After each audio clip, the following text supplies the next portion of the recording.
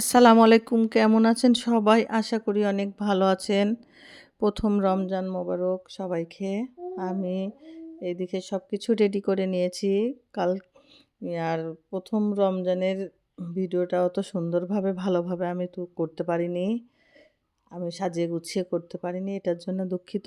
কারণ আমি এখানে ডাল আগে থেকে বাটা ছিল। সেই ডাল, ছোলা সিদ্ধ করা ছিল। এদিকে মুরগি সবকিছু আমি আলুগুলা কেটে নিয়েছি। এগুলো সব দেখাচ্ছিলাম যে এগুলা শাক-টাকগুলা ভাজি করব, লাউয়ের শাক, করলা ভাজি করব ছোট আলু দিয়ে।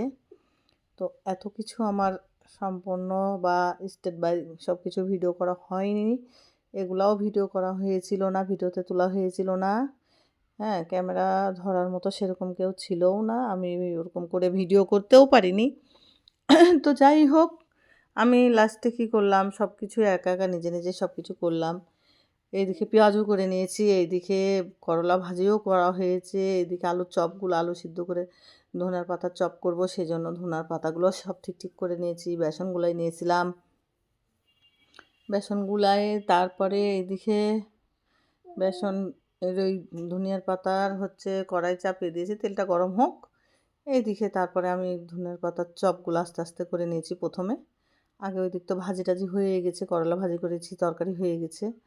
এদিকে ধনিয়ার পাতার চপ প্রথমেই শুরু করলাম। আর আমার যেহেতু গায়ে অ্যালার্জি, এইজন্য বেগনি করব না। বাসার সবাই বলল, তোমার যখন বেগনি খাওয়া যাবে না তো অবশ্যই বেগুন তোলার দরকার নাই। তো সবাই তুমি যেটা খাবা সবাই সেটাই খাবে। তো মেয়ে, হাসব্যান্ড সবাই মানা করলো, এইজন্য বেগনিটা করা হয়নি। তাছাড়া তার আগের রমজানেও করেছিলাম বেগনি। এবার রমজানে করা হলো না। যাই হোক, বেগনিটা বড় ফ্যাট না। অসুখের দিক দিয়ে সব কিছু মেনটেন করে চলতে হয়। তো যাই হোক, এদিকে আমার ভাজা হয়ে যাচ্ছে চপ। আমার এদিকে চপটা হয়ে গেছে। এখন ডিমের চপগুলোও দিয়ে দেবো একটা, একটা করে। ধনিয়ার পাতার চপগুলো কিন্তু অনেক সুন্দর হয়েছে, মুচমুচে হয়েছে, আর খেতেও কিন্তু অনেক টেস্টি হয়েছিল।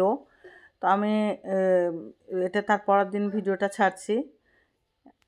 রোজার ১ম রোজা রমজানের আমি রাত্রে এডিট করে ছাড়তে পারিনি, বা বিকালেও ছাড়তে পারিনি। আমি তার পরের দিন ছাড়লাম। তো এই যে এখন আমি চালটা এদিকে ভাজা হচ্ছে।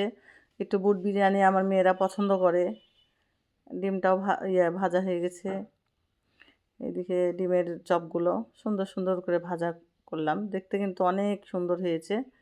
আর ক্যামেরাতে কেমন আসছে জানি না, কিন্তু ভিডিওতে কিন্তু বাস্তবে কালারটা অনেক কালারফুল একদম। মাশাআল্লাহ করে খুব সুন্দর হয়েছে। ডিমের চপগুলো আমার বাসাতে আমি ভেজে নিয়েছি সুন্দর করে। আর ডিমের চপ হবে, আলুর চপ হবে। আলুর চপগুলোও ভাজবো। তারপরে পেঁয়াজু, বুট এগুলাই। আমার বেশি কিছু আমি ভাজা পোড়া অতটা আমি বাসায় করিনি। আর ভাজা পোড়া বলতে কি করব, এই যা হাতের কাছে ছিল তাই করলাম। অত আইটেম বেকার করে তো না। আলুর চপগুলোও দিলাম সাথে, ডিমের চপের সাথেই। দিয়ে এদিকে চালটা ভেজে আবার ভিজায় রেখেছিলাম। দিয়ে ভিজিয়ে রেখে এদিকে আমি বুট বিরিয়ানিটাও করে নিব, কিন্তু বুট বিরিয়ানিটা দেখানো হয়নি, ভিডিওতে তুলতে পারিনি, দুঃখিত। আর কি বলবো, সবগুলো আমার রেডি হয়ে গেছে। আমি ভিডিও ছোট্ট করে দিলাম। সব ফল ফুল কেটে নিয়েছি। এদিকে খেজুর, শসা, লেবু, এদিকে বুট ঘুগনি করে রেখেছিলাম, এদিকে মালটা পেয়ারা, ওইদিকে পেঁয়াজু, কলা, সব কিছু আমি একবারে, এই যে বুট বিরিয়ানি সব কিছু আমি করে নিয়েছি। এখন ইফতারির আশা করে সবাই বসে আছে যে কখন আজান দিবে, কখন ইফতার করবে। সবাই কিন্তু আছে বাসায়, অরিন, রিহান সবাই, ছেলে মেয়ে সবাই আছে বাসায়। আমরা সবাই মিলে একসাথে ইফতারি করব। ১ম রমজানের ইফতারি সবাই মিলে একসাথে করব। আমি বাসায় বুন্দিয়াটা রান্না করা হয়েছে, ওই যে ছোটো হাঁড়িতে বুন্দিয়া রান্না করেছি। বুন্দিয়া, জিলাপি সব কিছু। জিলাপিটা বাইরে থেকে বাজার থেকে আনা সব কিছু। আর এই তো আমার এটাই ছিল ১ম রমজানের ইফতারির আয়োজন।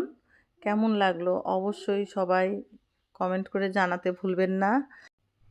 আমার আয়োজনগুলো তো সবই দেখানো হলো। এখন আপনাদের আ ১ম রমজান কেমন কেটেছে বা কেমন কি হয়েছে?